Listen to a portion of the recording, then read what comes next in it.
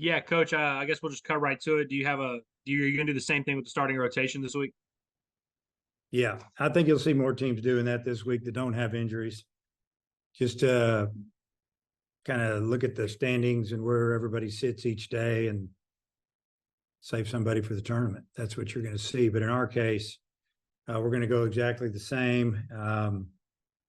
We'll start Hagan on Thursday night and then just leave it open the next 2 days.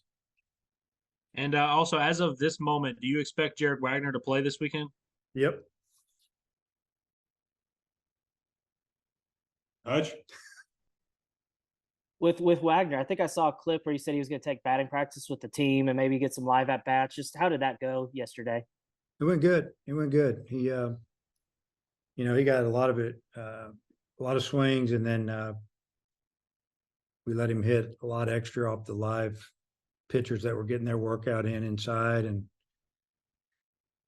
he, he got some at bats, so we got to see live hitting. If he hit the first pitch, and that was that. If he saw 7 and walked, that was the at bat, and taking a bat or two off, other guys would hit, and then he jumped back in. He got extra, a lot extra. And I'm guessing with leaving the second 2 games open, are Tiger and Holland probably your 2 guys you'll likely go with? Is that safe to say? Yeah, I mean that's what we've been doing. So we'll just see where we're at, see what's going on in the league, and obviously if you've won something or you can't win anything, you just leave a guy and let him pitch in the tournament. And with Tiger, I think his limit this past weekend was 40 pitches. Do you uptick that this weekend? Yeah, it'll be up probably another 15, 20 pitches maybe. But he's got to go out there and do it. Yeah. Tom? Hey, Dave, Vanderbilt's got a little uncertainty with its starting pitchers. How do you approach it from that standpoint, maybe having to study a couple of more guys in anticipation of them starting? Yeah, I mean, that's what we've done. Just look at a couple of those right-handers, and probably going to start the lefty that's still, I think he's available, but who's to say? I imagine they're going to, I would, unless they really already know what they're going to do, but I'm just assuming that they're going to tell us later on today who they're throwing Thursday and maybe leave it open after that, maybe 2 of them. But yeah, you just do the best you can. You watch video and look at numbers and match up and go play. Gotcha. Hey, what about Peyton Stovall? Any update on him and what his status might be? Yeah, so I was going to make that announcement, but you came up with it. So he's done for the year. He's going to have surgery probably in the next 10 days. He's got a torn labrum. It's not huge, but it's definitely needs to be fixed, and try to get him ready for late fall. And with that, just the fact that Holt has been hitting, I mean, I guess it eases it a little bit that he's hitting, and then you maybe even have backup beyond him. Yeah, the good thing is he's got some experience, the last few weeks to play, and he's done a really, really good job for us defensively and then offensively as well, obviously. And, so it's not like we've kind of known this was going to happen. I mean, in a way, you could kind of see it coming, and then some of the tests and different things. And so it's not like it was a shock to us. We've known for a while. You guys were in a somewhat of a groove, I suppose, with the starting Holland on the first game, and then, using Hagan the way you did for several weeks. Now you've kind of flipped it, and he's in that first role. Have you thought about the long term and what you want to set up for your regional, and any chance to flip it back at some point? And I know that the timing is tight now. Yeah, I mean, we still have time to do whatever we need to do, and that you never know who you're going to get or how that's going to go down. And a lot of times you get a team that's maybe there are a few games around over 500, but they got one pitcher that's unbelievable. So you gotta, it makes it tougher. You get some team that maybe just won a tournament. You feel good about throwing whoever, but I feel good about both our guys. To me, they're a little different style the way they pitch. They're both really good pitchers.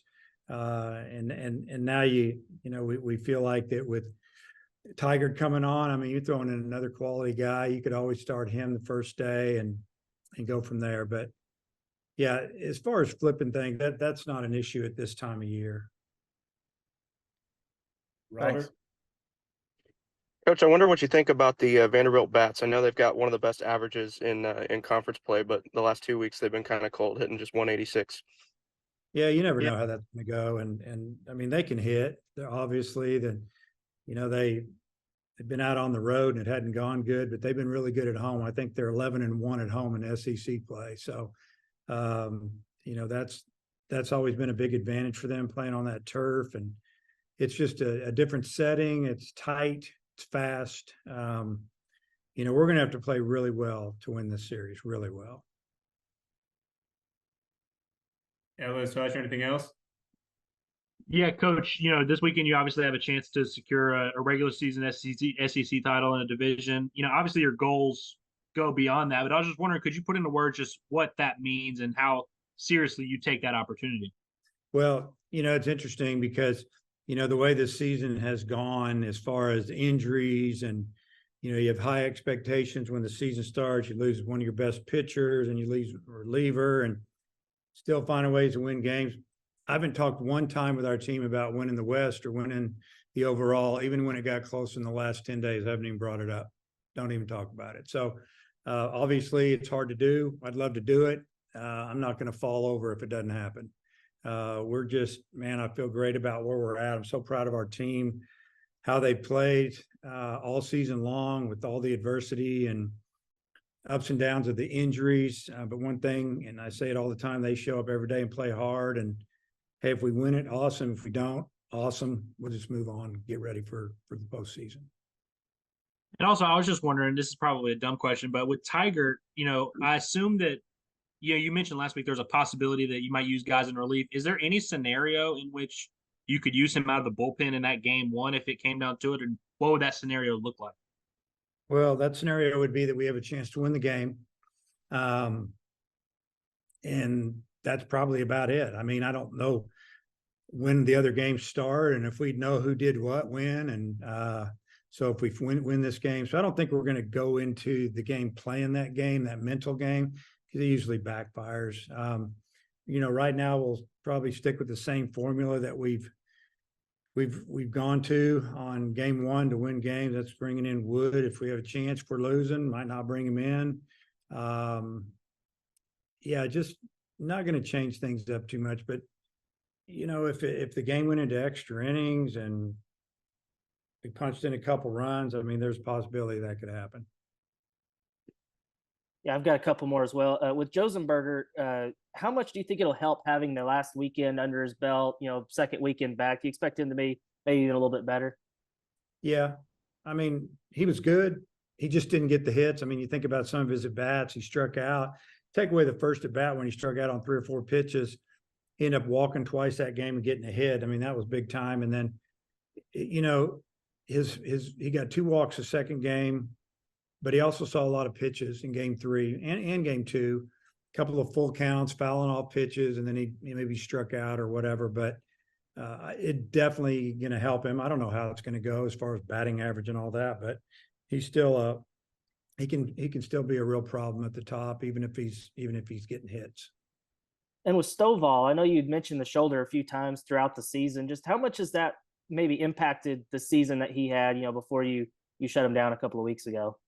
I think it impacted it a lot, big time on offense. As a matter of fact, we think he hurt it swinging. There was a couple of pitches when he swung and missed. It stood out when he grimaced big time. He remembers one of them, and that was a month and a half ago. So I just started out as some inflammation in there, and then got better, got back out there again, and that's when we think he hurt it, maybe somewhere in there. Like I said, 6 weeks ago. So I think he's been playing in pain. He's been honestly probably miserable, and I'm glad we know what it is, and he can get it fixed and we can move on. I think he'll have a great season next year. Tom, closes out. Dave, does the fact that you haven't brought it up with your team, what's in front of them, the potential to win the conference, is that maybe just reflective of where Arkansas is as a baseball program, that your goals maybe kind of go beyond that. They do go beyond that. But obviously we want to win it. I mean, they're so hard to win. I mean, you can have a great team and be in fourth, fifth place at this time of the year. And, things have fallen into place for us, but the guys have made it happen. But our program is one that looks to the future. What I mean by that is 2 and 3 weeks down the road, we hope we're still playing. And, but we're going to do everything we can to win, obviously. And I'm sure Vanderbilt will do the same thing. I'm sure Florida's going to do the same thing. And, we'll just see how it clears come Sunday evening and then go from there, and continue to try to get better at the tournament and get ready for the next weekend. All right, Coach. Thanks for the time. Okay, guys. See you.